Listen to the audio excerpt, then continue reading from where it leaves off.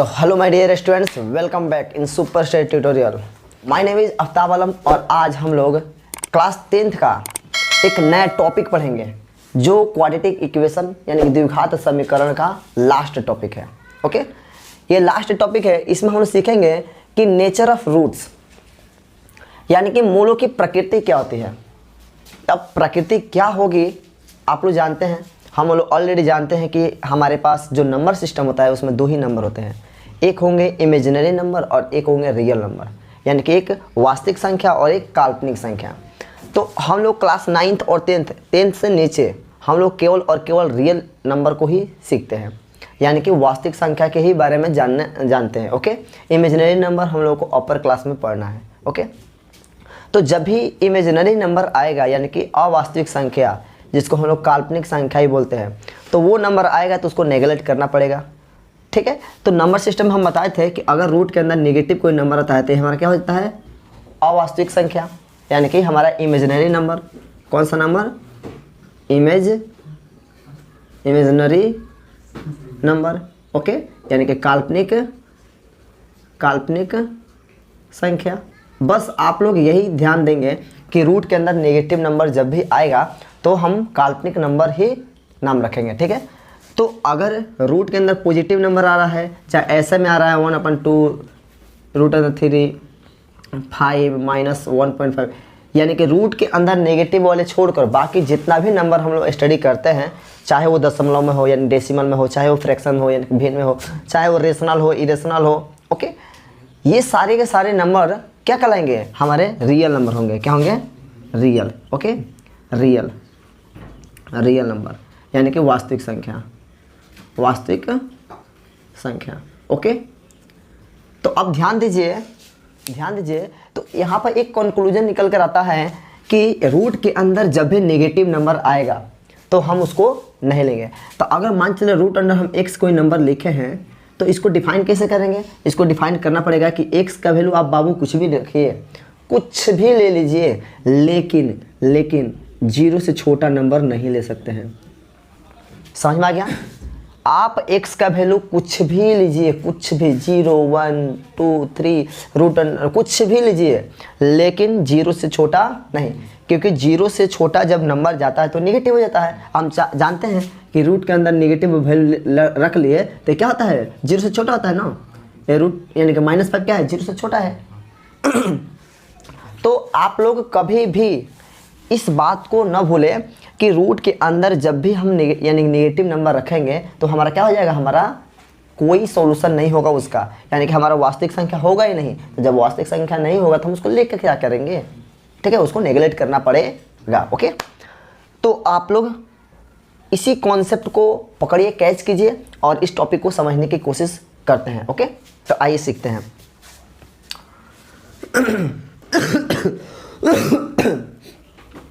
समझ में आ रहा है जी? अब ध्यान दीजिए लो, तो आप लोग ऑलरेडी जानते हैं कि मेरे पास अगर कोई क्वाड्रेटिक इक्वेशन होता है ax² + bx + c = 0, ये हमारे पास क्या है, क्वाड्रेटिक इक्वेशन है। इससे आप लोग भली भांति परिचित हैं, क्योंकि हम लोग कब से पढ़ते आ रहे हैं, 4.1 4.2 4.3 तक आए हैं, केवल और केवल इसी के फॉर्मेट को पढ़ते हैं। ओके, तो यहाँ पर हम क्या करते थे, x का वैल्यू निकालते थे ना। तो x का वैल्यू जो निकालते थे तो -b ± (√b² - 4ac) okay upon 2a, ये ना फॉर्मूला होता है जी, ये फॉर्मूला लेकर चलते थे। समझ में आ रहा है? अब यहाँ पर ध्यान दीजिए, आप इस x को ऐसे भी लिख सकते हैं, x = -b ± (√) b² - 4ac, b² - 4ac के बदले केवल d लिख दीजिए। क्या लिख दीजिए? d। तो d रख दे, कोई दिक्कत? बटा में 2a।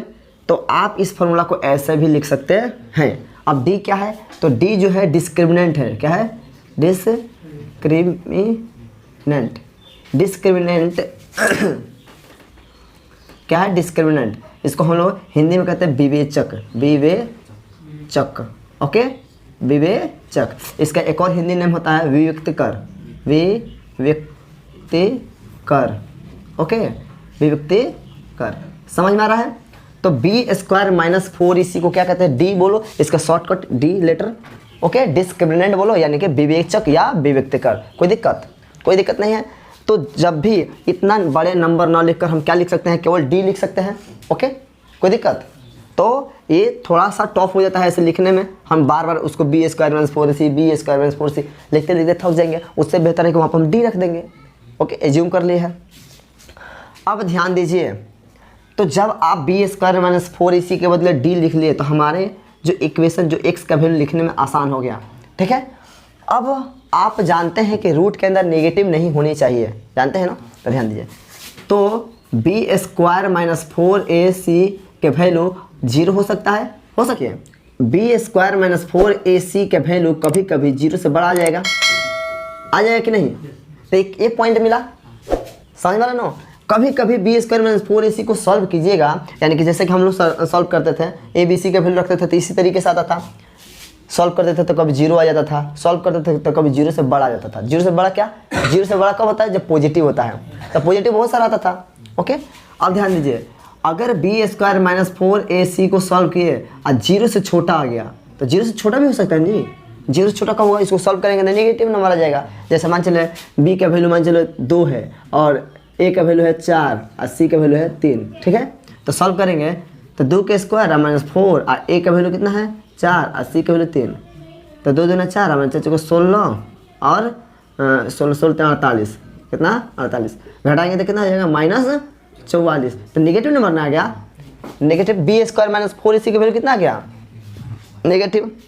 हम जानते हैं कि रूट के अंदर बी स्क्वायर माइनस 4ac की वैल्यू अगर नेगेटिव आएगा तो उसको नहीं लेना है, डायरेक्ट लिख देंगे, इसका कोई हल नहीं होगा, यानी कि नो सॉल्यूशन। समझ में आ रहा है, यानी कि इसका कोई रूट नहीं होगा, है ना, नो एनी रूट्स, ओके, यानी कि इसका कोई मूल नहीं होगा। समझ में आ रहा है।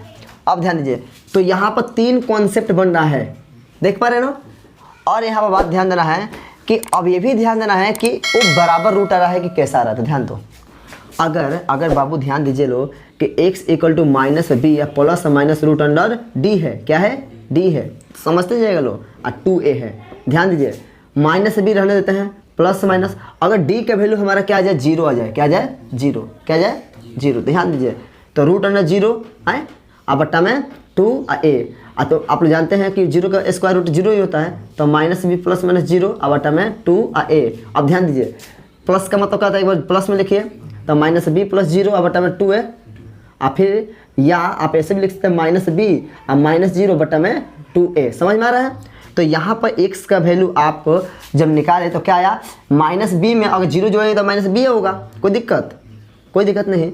अगर माइनस बी में से 0 घटाएंगे तो माइनस बी होगा, आए माइनस बी बटा 2a। अब बताइए, दोनों मूल सेम है कि अलग अलग है, दोनों मूल सेम है कि अलग अलग है, सेम है।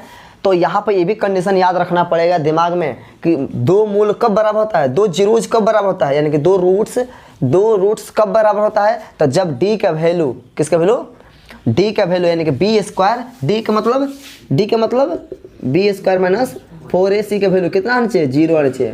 तो 0 पर मूल क्या होता है, वास्तविक तो होगा ही, रियल तो होगा ही, साथ साथ में दोनों मूल क्या होंगे, बराबर होंगे। बात समझ में आ रहा है कि बाउंस कर रहा है, हाँ समझ में आ रहा है ना। अब चलिए, तो यही कॉन्सेप्ट हम लोग को याद रखनी है। अगर ध्यान दीजिए, एक और बात यहाँ पर तो 0 आ गया। अगर हम आप लोग से ये बोले कि माइनस बी और प्लस माइनस रूट के अंदर अगर 25 आ जाए, क्या जाए 25 बटा 2 है, तो 0 से बड़ा है 25। तो अगर 0 से बड़ा आता है तो ध्यान दीजिए, minus B plus minus 5, okay, अब बटा में 2 है। तो अब ध्यान दीजिए, यहाँ पर मूल जो है वो एक ही जैसा आएगा कि अलग अलग आएगा। एक बार बी में जोड़ेंगे 5 अब बटन 2 है, तो जोड़ेंगे तो कुछ और आएगा, अब बी में से घटाएंगे माइनस 5 बटन 2 है, तो अलग आएगा ना। तो ध्यान दीजिए भी बात कि अगर 0 से बड़ा x यानी कि d के वैल्यू 0 से बड़ा आता है, 0 से बड़ा आता है, तो दोनों मूल क्या होंगे, वास्तविक होंगे और अलग अलग होंगे कि एक ही होंगे, अलग अलग, क्योंकि इसका वैल्यू कुछ और आएगा, इसका वैल्यू कुछ और आएगा। तो यही तो नेचर में बताना है कि वो कैसा फ्रैक्शन प्राप्त हो रहा है हमको, वो कैसा भिन्न प्राप्त हो रहा है, समझ में आ रहा है ना। और देखिए दोनों अलग अलग, अगर देखो तो ये वास्तविक है, कैसा है जी, बस अब परिमेय यानी कि ये हमारा रियल नंबर है, और इरेशनल है कि रेशनल है, रेशनल है बट्टा में है, तो रेशनल यानी कि हमारा परिमेय संख्या प्राप्त हो रहा है। और एक और बात कि अगर इसका स्क्वायर रूट नहीं निकलेगा या 5 आ गया तो √5 रहेगा तो हमारा वास्तविक ही होगा, यानी कि रियल ही नंबर होगा, ठीक है। लेकिन वो हमारा क्या है, इरेशनल हो जाएगा, यानी कि अपरिमेय संख्या हो जाएगा। समझ में आ रहा है ना। तो इसी कॉन्सेप्ट को हम लोग को लिखना है, ठीक है। तो अगर आप लोगों को समझ में आ गया तो थोड़ा सा रिलैक्स होइए और रिलैक्स होकर थोड़ा सा सोचिए। सोचने से होता क्या है, तो ये जितने इसके जो मेन पॉइंट है आपके ब्रेन में टच जाकर करता है और आप उसको एक्सपेंड करेंगे। ओके, तो समझिए इसको।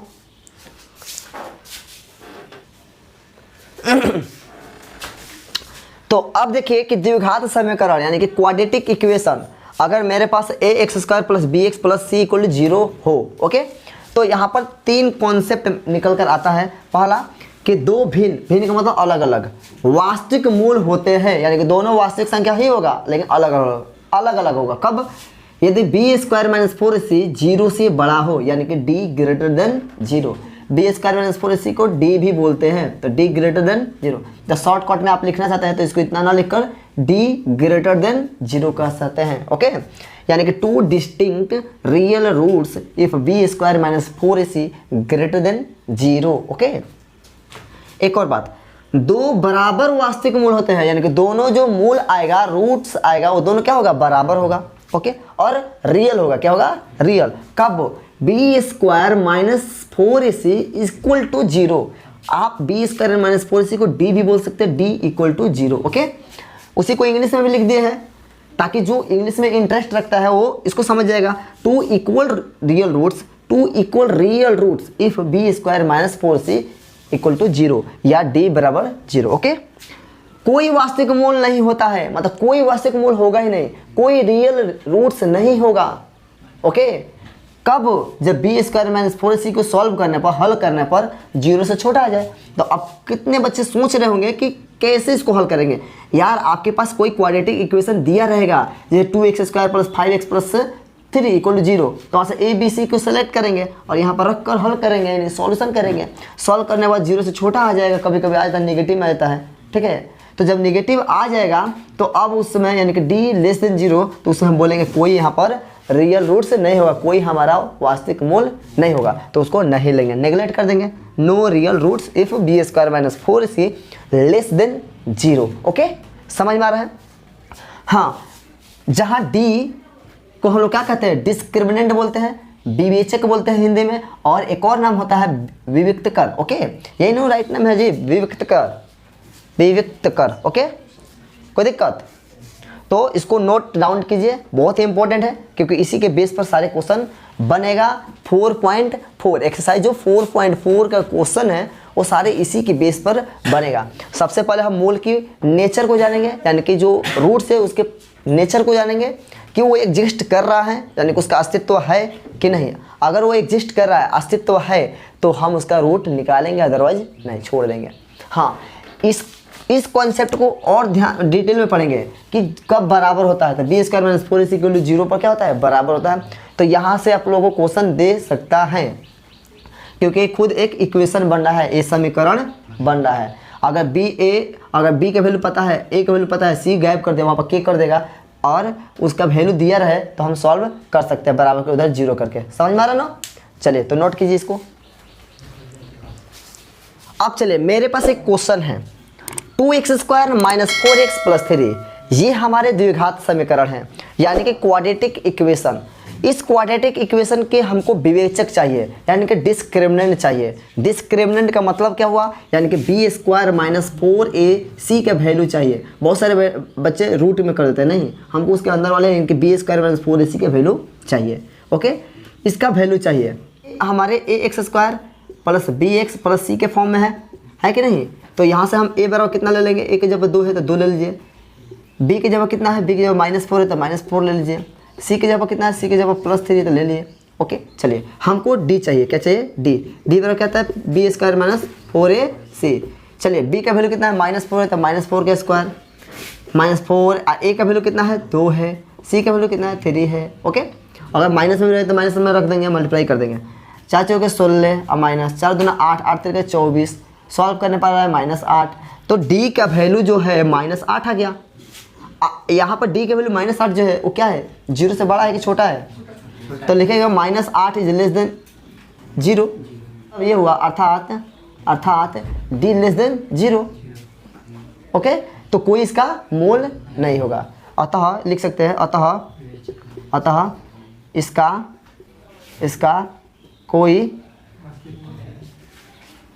वास्तविक मूल नहीं होगा। समझ में आ रहा है ना? आप विवेचक पूछ रहे थे, विवेचक -8 ही हो जाएगा क्योंकि -8 लेस देन 0 हो रहा है। बहुत आसान है ना जी, सॉल्व कीजिए। तो नोट डाउन कीजिए इसको। चलिए, तो मेरे पास 2 क्वेश्चन है, एक और एक 2। ओके, एक नंबर क्वेश्चन बोला है कि के का मान निकाले यदि मूल समान हो, यानी कि यहाँ पर के दिया हुआ है, ये यहाँ पर कोई अंक होना चाहिए ना जी, लेकिन यहाँ पर के आ गया है, यहाँ पर भी कोई अंक होना चाहिए, के आ गया है। उसी तरीके से और भी सारे क्वेश्चन देगा, तो ध्यान देना इस पर। ओके, ध्यान दीजिएगा लोग कि के का मान निकाले यदि मूल समान हो। इस क्वेश्चन को ऐसे पूछ सकता है या ऐसे पूछ सकता है कि पूर्ण वर्ग विधि से इसको हल कीजिए, यानी कि कंप्लीटिंग स्क्वायर मेथड से इसको सॉल्व कीजिए और के का वैल्यू निकालिए। तो याद रखिएगा, कंप्लीटिंग स्क्वायर मेथड बनाइएगा तो कंप्लीटिंग स्क्वायर मेथड तब सक्सेस होता है जब d बराबर 0 हो। क्या हो? d बराबर 0 हो, यानी कि d बराबर 0 रहेगा तो कंप्लीटिंग स्क्वायर मेथड से ये के का वैल्यू निकाला जा सकता है। ओके, चलिए, तो अभी यहाँ फिलहाल ये बोला है कि के का मान निकाले यदि मूल क्या हो, समान हो। तो मूल कब समान होता है? जब b² - 4ac बराबर 0 हो। ओके, तो लिख सकते हैं, यानी कि यहाँ पर पहले इस क्वेश्चन को सॉल्व कर लेते हैं। ओके, अगर आप लोग से हो रहा है तो कीजिए। ओके, तो यहाँ पर लिखेंगे कि सबसे पहले ax² + bx + c = 0 का फॉर्म कीजिए। यहाँ पर a का वैल्यू कितना है, 4 - k, समझ आ रहा है। b का वैल्यू कितना है, बोलो 2k + 4, इतना सारा समझ में आ रहा है। और c का वैल्यू कितना है, 8k + 1। तो उसी तरीके से, यानी कि कांस्टेंट होगा, उसी तरह से और भी नंबर है, यहाँ पर 4 आ सकता है, यहाँ पर कुछ और नंबर आ सकता है, यहाँ पर कुछ और नंबर आ सकता है। आप लोगों के एनसीईआरटी में 2 क्वेश्चन दिया हुआ है, उसको सॉल्व कीजिएगा लोग। ठीक है, हाँ, ये ध्यान है, x² होने चाहिए, x² के बगल वाले लेना है a, x के बगल वाले को b बोलते हैं, ये कांस्टेंट सी। अगर कभी कभी ऐसा भी देता है 7k × x + 1, इस तरह से, तो आप पहले मल्टीप्लाई कर लीजिएगा। यहाँ पर 7kx, तो मल्टीप्लाई कर दीजिएगा 7kx² + 7kx, तो अब यहाँ से a का वैल्यू 7k होगा। ठीक है, क्योंकि x² का वैल्यू इतना हो गया। ठीक है, तो आप लोग को एनसीईआरटी में दिया है क्वेश्चन, आप उसको जाएगा सॉल्व कीजिएगा। ठीक है, पहले मल्टीप्लाई कर लीजिएगा। अब यहाँ पर देखें a b c का वैल्यू हमको मिल गया, तो लिखेंगे मूल कब समान होता है, यानी कि रूट कब यानी कि इक्वल होता है। रूट यहाँ पे लिख सकते हैं, roots is equal when b² - 4ac = 0, यानी कि जीरो, यानी कि हमारा जो मूल है वो बराबर होता है कब, जब b² - 4ac का वैल्यू क्या हो, 0।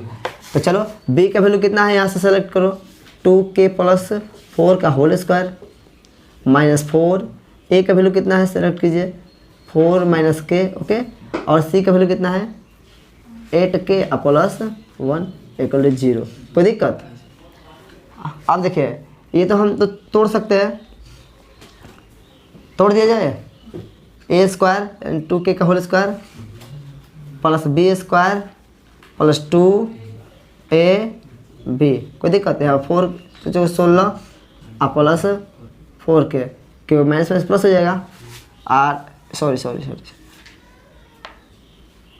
चलिए, a² + b² + 2ab हो गया, -4 रहने दीजिए, इसको आपस में गुणा कर लीजिए, कर ले तो चार, यहाँ पर गुणा कर लो, ये 4 को बाद में गुणा कर देंगे, दोनों में गुणा करने के बाद 4 से गुणा कर दीजिएगा, 4 × 8 = 32 k अब +4, ओके, -8k², समझ में आ रहा ना, अब -k, ओके, = 0। कोई दिक्कत? कोई दिक्कत नहीं।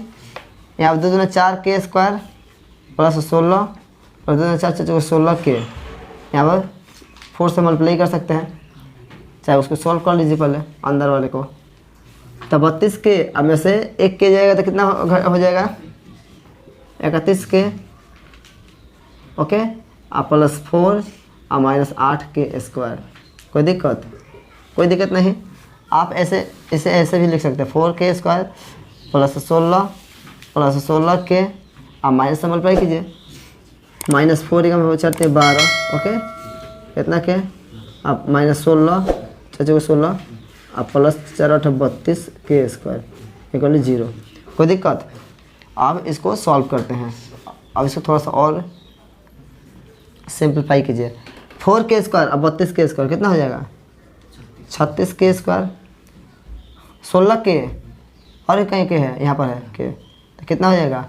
घट जाएगा इसमें से, तो 14 में से 6 गया 8, अब 1 बचा, 1 में से 1 जाएगा 0, ओके, एक कितना के, ओके, और -16 अब +16 कैंसिल हो जाएगा क्या?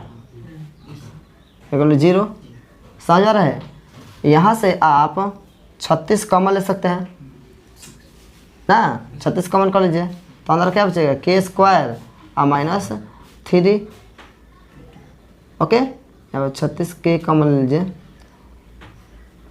ठीक है, 36 के कॉमन लीजिए, तो के और -3 इक्वल 0। और फैक्टर का फॉर्म हो गया, गुणनखंड के रूप में हो गया ना जी। तो आप क्या करते हैं जी, 36 के अब कितना बचे, क्या कर उधर गुणा कर देंगे, भाग कर देंगे, उसमें तो 0 हो जाएगा। तो ऐसा नहीं करना है, 36 के इक्वल 0, या आप ऐसे लिख दें के -3 इक्वल 0। दिख रहा है कि नहीं है? इसको यहाँ पर हम लिख लेते हैं। तो 36 के इक्वल 0 यानी कि या तो इसका वैल्यू 0 हो सकता है, या तो इसका वैल्यू 0 हो सकता है। तो के इक्वल कितना हो जाएगा? 0। यहाँ से 36 भाग करेंगे 0 में तो 0, या आप यहाँ पर देखें के इक्वल 3, तो यहाँ पर के का वैल्यू 2 आया, एक 0 और एक 3, यही हमारा के का वैल्यू होगा। समझ में आ रहा है कि बाउंस कर रहा है? अगर के का वैल्यू इसमें 0 रख दीजिएगा तो उसका मूल क्या होगा? समान होगा। अगर के का वैल्यू 3 भी यहाँ पर रख के सॉल्व कीजिए, जो इक्वेशन बनेगा और जो सॉल्व कीजिए तो के का वैल्यू एकदम बराबर आएगा 100%। ओके, तो यही हमारा आंसर होगा। नोट कीजिए लो।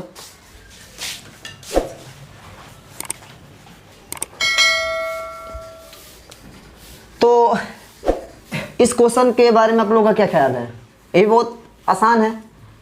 सबसे पहले यानी कि इसके रूट का वैल्यू निकालना है। तो याद रखिएगा, कभी भी जिंदगी में कभी भी रूट के अंदर कोई वैल्यू है और उसका स्क्वायर रूट जो निकलेगा वो हमेशा पॉजिटिव निकलेगा। क्या निकलेगा? Always positive, always positive. क्यों? क्योंकि हमारा रूट पॉजिटिव है। अगर रूट नेगेटिव है तो उसका वैल्यू हमेशा नेगेटिव निकलेगा। ओके, अगर रूट हमारा प्लस माइनस दोनों है तो उसका वैल्यू +-2 निकलेगा। तो इसके सामने फिलहाल क्या है? प्लस है। तो यहाँ पर जो x का वैल्यू मान चलो हम इसको x मान लेते हैं। क्या मान लेते हैं?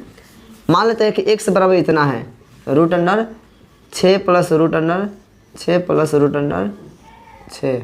ओके, आप प्लस करके डायरेक्ट इन्फिनिटी कर देते हैं, इन्फिनिटी तक है, अनंत तक। ओके, अब यहाँ पर ध्यान दीजिए, x का जो वैल्यू यहाँ पर आएगा वो प्लस आएगा कि माइनस आएगा? प्लस आएगा। तो प्लस वाले वैल्यू को ही हमको लेना है। तो इस टाइप के क्वेश्चन को बनाने के लिए क्या करें? इसको रूट को हटाना पड़ेगा, और रूट को हटाने के लिए एक ही तरीका है हमारे पास, दोनों साइड स्क्वायर करने का। कर दीजिए, x स्क्वायर इधर हो गया, इधर रूट इधर स्क्वायर करेंगे ऐसे इधर, तो एक रूट टूटेगा, 6 प्लस बाकी तो रूट रह करेगा, 6 + √6 6 + √6 6 + √, ठीक है ना, डॉट इन्फिनिटी तक ना। तो अब ध्यान दीजिए लोग, मान चलो इधर स्क्वायर किया है तो इस पर स्क्वायर करते हैं, इसी को x मान लेते हैं। अब ध्यान दीजिए आप लोग, x इक्वल इतना है ना, तो इतना के जगह पर हम क्या रख सकते हैं? x रख सकते हैं। तो देखो तो वैसे ही आ रहा है कि नहीं? वही चीज़ हुआ। तो इसके जगह पर क्या रख दे? x रख दे, तो x स्क्वायर बराबर 6 + x हो जाएगा। हैं, अब तो जानते हैं क्या करने वाला है, सबको इधर लाइए, x स्क्वायर अब -x अब -6 = 0। यहाँ से हम x का वैल्यू निकाल लेंगे कि नहीं? तो कैसे निकालेंगे? x स्क्वायर, इसको तोड़ना है -3x और +2x और -6 = 0। 3 दूना 6 हो जा रहा है, और 3 में से 2 जाएगा, एक -x बच ही जा रहा है। तो यहाँ से x कॉमन लीजिए, तो x - 3, यहाँ +2 कॉमन लीजिए, तो x - 3 = 0। अब यहाँ पर x - 3 एक हो गया, एक हो गया x + 2 = 0। यहाँ से x का वैल्यू प्लस माइनस वाला है तो 3 हो जाएगा, और प्लस वाला है तो x = -2 हो जाएगा। तब ये ग्राह्य होगा, इसको मानेंगे, क्योंकि हम जानते हैं कि रूट हमेशा पॉजिटिव वैल्यू देता है।